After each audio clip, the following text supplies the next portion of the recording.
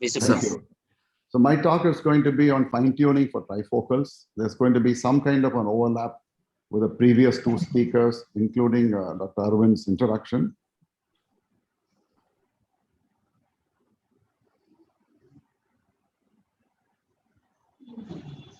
Okay, we progressed. The first multifocal IOLs were truly multifocal. They were refractive. From there on, we went on to diffractive bifocals, then EDOF, diffractive trifocals. We have a diffractive refractive trifocal, and we have hybrid trifocals. This has been the growth along this path now. We are somewhere at this point now. We have the diffractive trifocals. We have a combination now, a few of the lenses, and even hybrid that brings in the EDOF and the trifocal. Why are we going in this direction? Basically, whatever issues that we had with the refractive multifocals, they were true multifocals, was the high photic phenomena difficulties was removed by the diffractive bifocals. But diffractive bifocals gave rise to two issues. Photic phenomena still were there. They could be a little lesser than what was there with the refractive lenses. But then you had two clear visual points, distance and near, but you did not have intermediate. So trifocal removes the issues faced by bifocals. You get clear vision over all distances, distance, intermediate, and near. Photic phenomena, though not completely removed, are lesser than what you would see with a diffractive bifocal. The defocus curve of any trifocal lens is almost the gold standard that we're looking for. We want a flat curve. This is what we get. You start at plano. Even if you go towards plus, there is a certain amount of tolerance. And as we keep going towards minus, right up to 1.52, it is then from 2 onwards, it goes flat right up to 3. So you get almost a flat curve, which at the tail peters off somewhere around here. So you have this ability for this trifocal lens to give you a good quality of vision over all distances. That's the quantity. Then coming to better quality of vision. Quality of vision can be judged primarily by the amount of contrast sensitivity a lens would give you. Contrast sensitivity is a difficult test to perform. There are multiple ways of looking at it, and you have subjective valuations there. But looking at just MTF curves will give you a very good idea as to how the quality of vision would be. A typical MTF from a bifocal is what appears like this, while from a trifocal is almost equivalent to a monofocal. So we can decide that the trifocal gives you the good quantity of vision over all distances, as well as good quality of vision. But photic phenomena are still present. That is something that we're addressing with the hybrid lenses. How do we now fine-tune? Fine-tuning starts preoperatively, goes on during the surgery, and also post-operatively. Most important, preoperatively, as an important point, fine-tune everything there. Check ocular surface. This is where all of us make mistakes. A simple test of TBUT will tell you whether this person has got any problem with his ocular surface. The very fact that you put dye will let you know whether the epithelium is healthy or not healthy. And the time between the tear breakup time will tell you whether the person is suffering from any kind of a meibomian gland-induced dry eye, which is very, very, very common. If either of these things, either ocular surface is not good, irregular, or there is short TBUT, please address this early, because most immediately after the surgery is over, this dry eyes problem will exacerbate and give you a very unhappy patient, because though the quantity of vision is very good, quality is poor.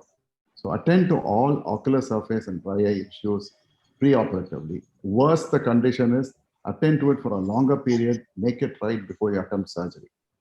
Counseling is extremely important here. Appropriate and meticulous counseling has to be done, because after everything that you've done, there are some minor issues on photic phenomena, quality of vision, and the vision that he or the patient perceives that they would get and what they actually get. So spending time and counseling them and spending a little more chair time is very important in preparing these patients so that they don't have an issue. Please counsel to get the other eye done, because the most satisfied patients are the ones that are implanted bilaterally. So it's very, very important that we do a proper counseling too. Of course, already been spoken about, the refractive outcome should be perfect. The tolerance is very low.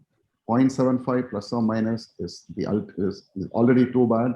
We should be well below 0.5. We should be aiming for plus or minus 0.25. So this can be done by addressing both the sphere and the cylinder. Even if there's a 0.75 cylinder, please address it by LRI. Anything more than 0.75 or 1, please address it by toric IOL. Optical biometry has already been talked about. Today's gold standard is going to be a SwepSource OCT-based optical biometer. Whichever model you prefer, whichever company, I have no personal interest and no financial interest, but I use the IOL Master 700. I'm very happy with it. This would give you spot-on calculations and the best results. They are very, very, very important. Yes, Komaran has already spoken about the mu. Angle alpha and angle kappa workup is something that is combined with the mu. So angle kappa, I really don't personally give too much importance. Angle alpha tells you the visual axis against where the lens will center. Lens will center on the bag. Bag is demarcated fairly accurately by the white to white or the limbus. So center of the limbus and the visual axis, if they are separated by more than 0.5 millimeters, you could end up with an unhappy patient. I would use the word could, because not all these patients with a large angle alpha are unhappy, some of them are. So it would be ideal to choose a trifocal IOL with a larger central ring in people who have got a large angle alpha, or if the angle alpha more than 0.5 millimeters, maybe you have to rethink whether you have to take this patient up for a trifocal IOL. That brings us to fine-tuning the operative part. The incision, you will not induce any astigmatism. That's the most important part. So the incision has to be temporal. It need not be at 0,180. It can be a little below or a little above. Stay within this zone. Do not go too much inferior or superior. The incision should be done in such a way that it is square, almost square, and it does not induce any astigmatism, nor does it induce any kind of a shift in the axis of the astigmatism too. A perfect incision can be done by marking. I have developed a marker which makes a mark at the limbus and 1.25 millimeters into the cornea. This mark is clearly visible. So you can make a very, very accurate triplanar incision. Make a groove, enter, and enter at that point. 10 out of 10, you will get perfect incisions right through. We need a perfect capsulorhexis. It should be perfectly sized and central. If you have access to image-guided system like Callisto or Varion, that would make your job very, very good. But if you don't have it, there's nothing lost. Simply mark 5.25 or 5.5 millimeter on the cornea. This mark will be fairly well seen, not a problem at all. Post, you do the incision. I prefer to do for all patients a soft shell technique.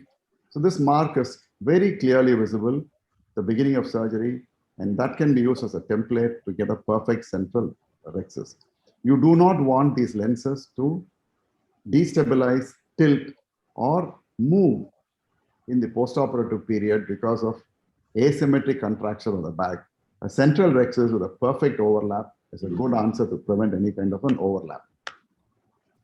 Now coming back to the full surgery, we start off by making a proper rhexis. This is a image-guided surgery, which gives you a beautiful template, which you can follow. The inner circle is 5.25, outer is 5.5. Stay somewhere in between. And you can end up with a perfect rhexis every time. And place the lens inside in the bag, position it. In this case, it's a multifocal, it's a toric lens. Take out the viscoelastic from behind the lens and use the markerless system to align the lens in case you're using a toric. So you get the best results with these. So postoperatively, you should continue. Please continue the dry eye management. Recheck in case the person did not have dry eye to start with. Check if he or she is developing dry eye because of the operative procedure and the drops. Continue counseling. You have to handle these patients and keep going with all the doubts they have. Often, if there is a kind of a posterior capsular opacity that is left and there's a plaque there, you may have to early act to get the best results, because the minimum amount of posterior capsular opacity can affect these high-end lenses, particularly the multifocal and trifocal lenses. Thank you.